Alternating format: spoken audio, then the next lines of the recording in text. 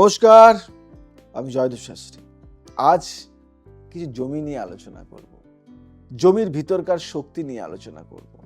মানুষ বলে ঘর যেমনই হোক জমিটা যেন ভালো হয়। এই সরল বাক্যের মধ্যে লুকিয়ে আছে হাজার বছরের বাস্তুশাস্ত্র, মাটির অভিশাপ, আশীর্বাদ, মানুষের মনের গন্ধ আর প্রকৃতির নারীর স্পন্দন। কারণ বাড়ি কখনো ইট সিমেন্ট দিয়ে তৈরি হয় না, বাড়ি তৈরি হয় সেই মাটির শক্তি দিয়ে যার ওপর তা দাঁড়ায়।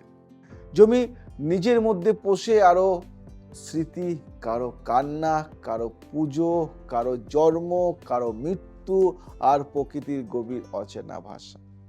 এই মাটি যদি তুষ্ট থাকে বাড়ি ফুলে ফেপে ওঠে, মাটি যদি রুষ্ট থাকে বাড়ি হয়ে মানুষ শান্তি পায় না, বাড়ি হয়েও মানুষ শান্তি পায় না।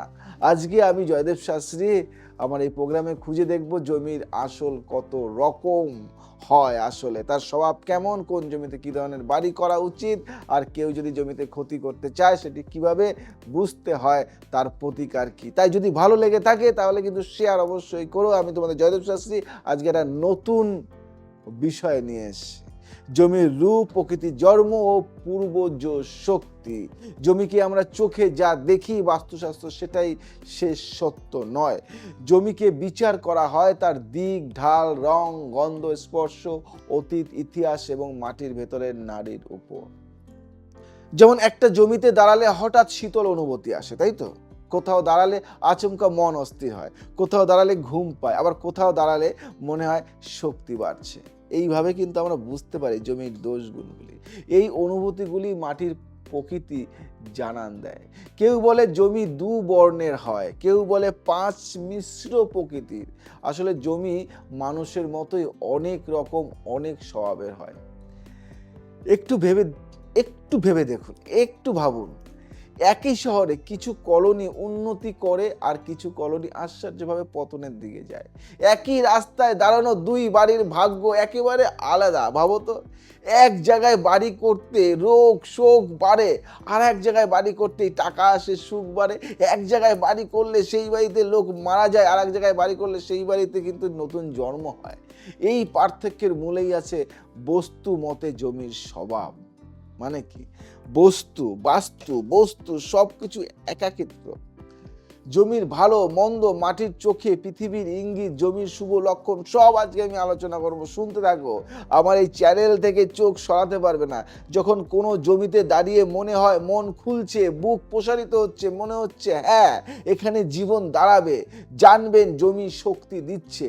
জমির শুভতা বোঝা যায় মাটির গন্ধে, মাটির স্তরে, বাতাসের চলনে, রোদের পরিমাপে এবং পায়ের তলায় এক ধরনের নরম অথচ স্থির অনুভূতিতে। বুঝতে পারলে? যে জমিতে আগেও বাগান ছিল, পুকুর শুকিয়ে তৈরি হয়েছে। কি বললাম? যে জমিতে আগেও বাগান ছিল, পুকুর শুকিয়ে তৈরি হয়েছে, কৃষিকাজ হয়েছে, পুজো হয়েছে, মানুষ শান্তিতে থেকেছে, সেই জমিতে বাড়ি করলে শান্তি আসে। মাটিকে তখন মনে হয় এ মাটি মানুষকে রক্ষা করে। জমির অশুভ লক্ষণ, কিছু জমিতে ঢোকার সঙ্গে সঙ্গে শরীর ভারী লাগে, তাই না? মনে হয় বাতাস থমকে আছে, পায়ের নিচে মাটি লুকিয়ে রাখে রক্ষ শক্তি। যে জমিতে অভিশাপ ছিল, ভালো করে বুঝবে এই কথাগুলি, যে জমিতে অভিশাপ ছিল, ঝগড়া, রক্তপর্ণ, কারো মৃত্যু, বিচার বিভ্রাট, নির্যাতন, মদ, নেশা বা দীর্ঘদিন পরিত্যক্ত হয়ে থাকা, সেই জমি মানুষের শক্তিকে খেয়ে ফেলে। বুঝলে? এরকম জমিতে বাড়ি তুললে মানুষ যতই ধনী হোক এক সময় পরে সব নষ্ট হতে থাকে। অজান্তে ঝগড়া, মামলা, রোগ, মানসিক অস্থিরতা দেখা দেয়। এটা কাকতালীয় নয়। জমির ভেতরের নারী তখন বিরক্ত, ক্লান্ত, ক্ষতবিক্ষত।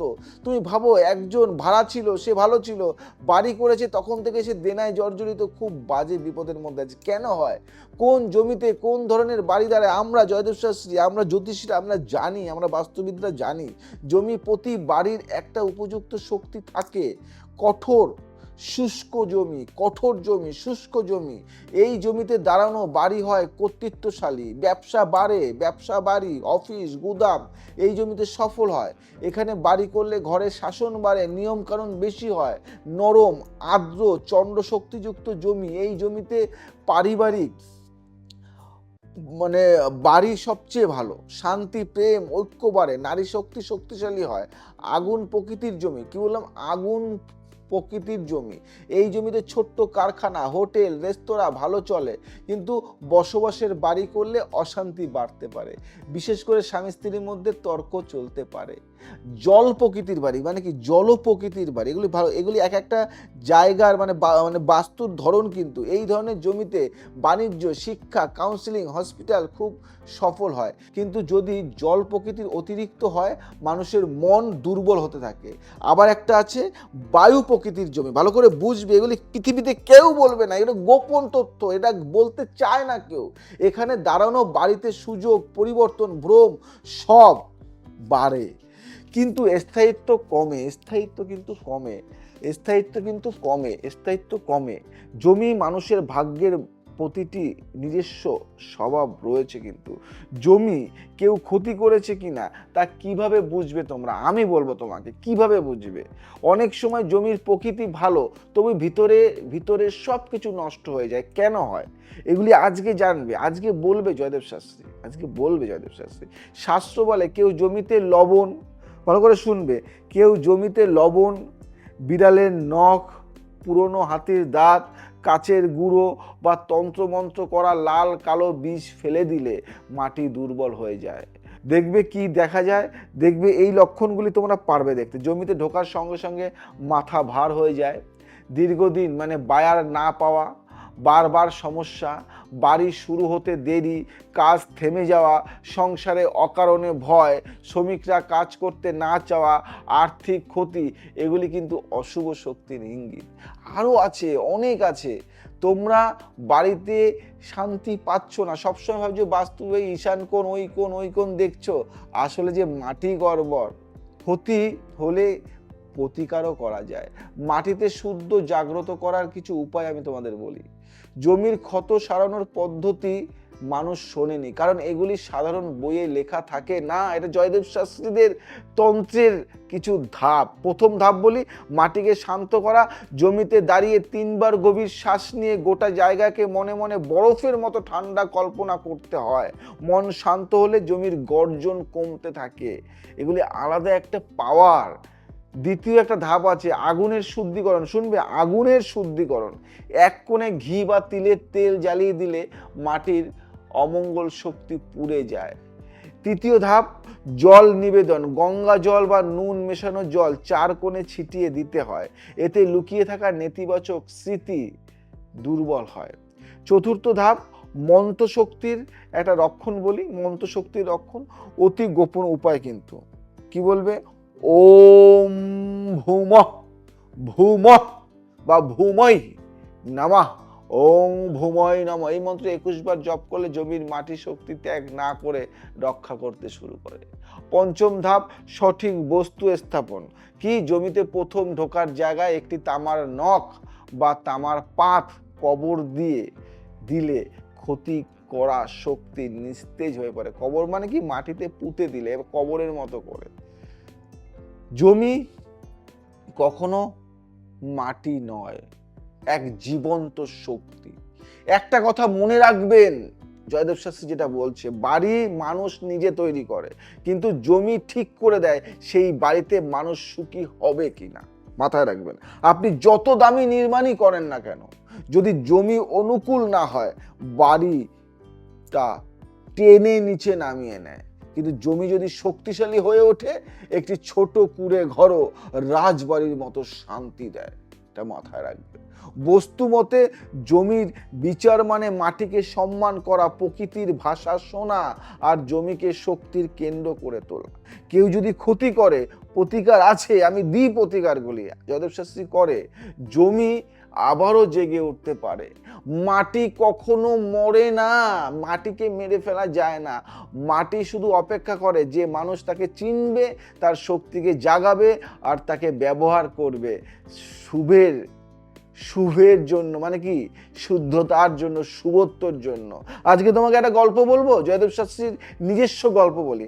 আমি যে কটা বাড়িতে থাকি না কেন, ম্যাক্সিমাম বাড়ি, আমি যে কটা, আমি আজকে তোমাকে বলি একটা বাড়ির কথা বলি, মধ্যমগ্রাম সারদাপল্লী, যে বাড়িতে আমি থাকি, সে বাড়িতে মানুষ আসলেই মারা যেত। সবাই বলতো ভূতের বাড়ি, সেটা এখন 51 কালীবাড়ি। যে বাড়ি কার্তিকপুরে, যে বাড়িতে সুইসাইড করে মারা গেছে, শুনবে জয়দেব শাস্ত্রী, কার্তিকপুরে এমন একটা জায়গা রয়েছে, নিজস্ব বাড়ির শোরুম, সেই বাড়িতে ওই বাড়ির মালিক সুইসাইড করে মারা গেছে, তাদের মানে কোনো পার্সোনাল কারণের জন্য। যাই হোক, সেই বাড়ির মাটি ভালো না, সেই বাড়ির ভাইব্রেশন ভালো না, এখন সেই বাড়ি দেবতুল্য বাড়ি। তাহলে বাড়ি ঠিক হবে না কেন? এমন একটা জায়গায় আমার জায়গা রয়েছে, যেখানে আমার একটা আশ্রম রয়েছে, সেই আশ্রমে ঘুরতে গিয়ে হার পাওয়া যাচ্ছে, হার। বাস্তু ভালো না, কেউ ওখানে বাড়ি করে না ভয়ে, কেউ ওখানে থাকে না, কেউ ওখানে যায় না। সেই জায়গা আজ স্বর্গ। এমন একটা জায়গা, আমার একটা ক্লায়েন্ট কারখানা খুলেছে, যেখানে সেই মাটিতে কারখানা 99% বাস্তুবিদ বলে দিয়েছে এই মাটিতে কারখানা হবে না, করা যাবে না। সেই মাটিতে কারখানা। এমন একটা আমাদের রিলেটিভের এমন একটা বাড়ি রয়েছে, যেই বাড়িতে তার ভাড়াটে আত্মহত্যা করেছে কোনো না কোনো কারণে। সেই বাড়িতে কেউ থাকতে পারে না, বাড়ি হয় না, বাড়িতে করতেই পারে না। সেই জায়গা ঠিক করে আজ সেখানে 3 তলা বাড়ি, সব থেকে পবিত্র বাড়ি। এরকম বহু উদাহরণ আছে জয়দেব শাস্ত্রীর, বহু উদাহরণ। আমি নিজের উদাহরণ দিয়ে তোমাদেরকে বললাম। আমি আজ এই মুহূর্তে 10,000 জায়গা, কম করে 10,000 জায়গা নিজের হাতে ঠিক করেছি। 10,000 প্লট বলতে পারো, জায়গা বলতে পারো। সেখানে কোনো জায়গা আছে, কমপ্লেক্স আছে, ফ্ল্যাট আছে, বাড়ি রয়েছে, ভিলা রয়েছে, বাংলো রয়েছে, কারখানা রয়েছে, বিভিন্ন দোকান রয়েছে, শপ রয়েছে, নিজের হাতে ঠিক করেছি। 10,000 প্লাস হবে, কম নয়। অনেক জমিতে, যে জমিতে মালিক বলেছে যে এখানে আমি কিছু করতে পারছি না, এই জমি আমি দান করে দেবো, এই জমি আমি বিক্রি করে দেবো, এই জমি আমি রাখবো না, আর সেই জমি আজকে তাকে দিয়ে যাচ্ছে, সব জমির থেকে বেস্ট দিয়ে যাচ্ছে সেই জমিতে। তাই জমির সাথে কথা বলতে পারতে হবে, জমির সাথে কথা বলতে হবে, জমিকে ভালোবাসতে হবে, জমির সাথে আত্মার মিলন ঘটাতে হবে। তুমি জমি পারে তোমাকে দিতে, কিন্তু তুমি কি নিতে পারবে? পারবে না, কারণ তুমি জায়গা কিনতে যাচ্ছ, জমিটাকে ভালোবাসতে যাচ্ছ না। যদি ভালোবাসতে পারো তাহলে তুমি সব পাবে। আর কিভাবে ভালোবাসতে হয়, কি করতে হয়, কি করে ঠিক করতে হয়, আমি আছি, কন্ট্যাক্ট মি।